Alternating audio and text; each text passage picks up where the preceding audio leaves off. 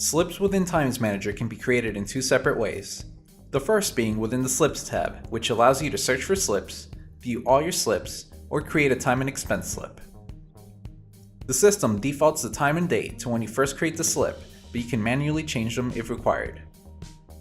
Select the company, project, and activity for the slip, then enter any additional notes for the activity. Save some time creating notes by adding macros for future inputs. The macro code will be the shortcut to populate the macro detail.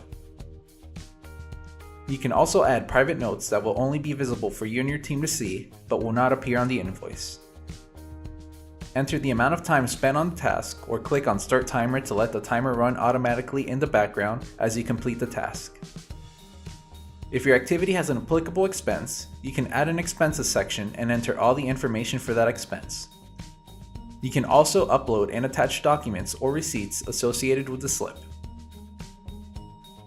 The other way to create slips is from the TimesManager homepage. Enter a minimum of 3 characters of the project, activity, or company, and all possible options will be displayed for you to choose from. Select the type of slip you want to create, and TimesManager will auto-populate as many fields as it can based on your choice to save you time.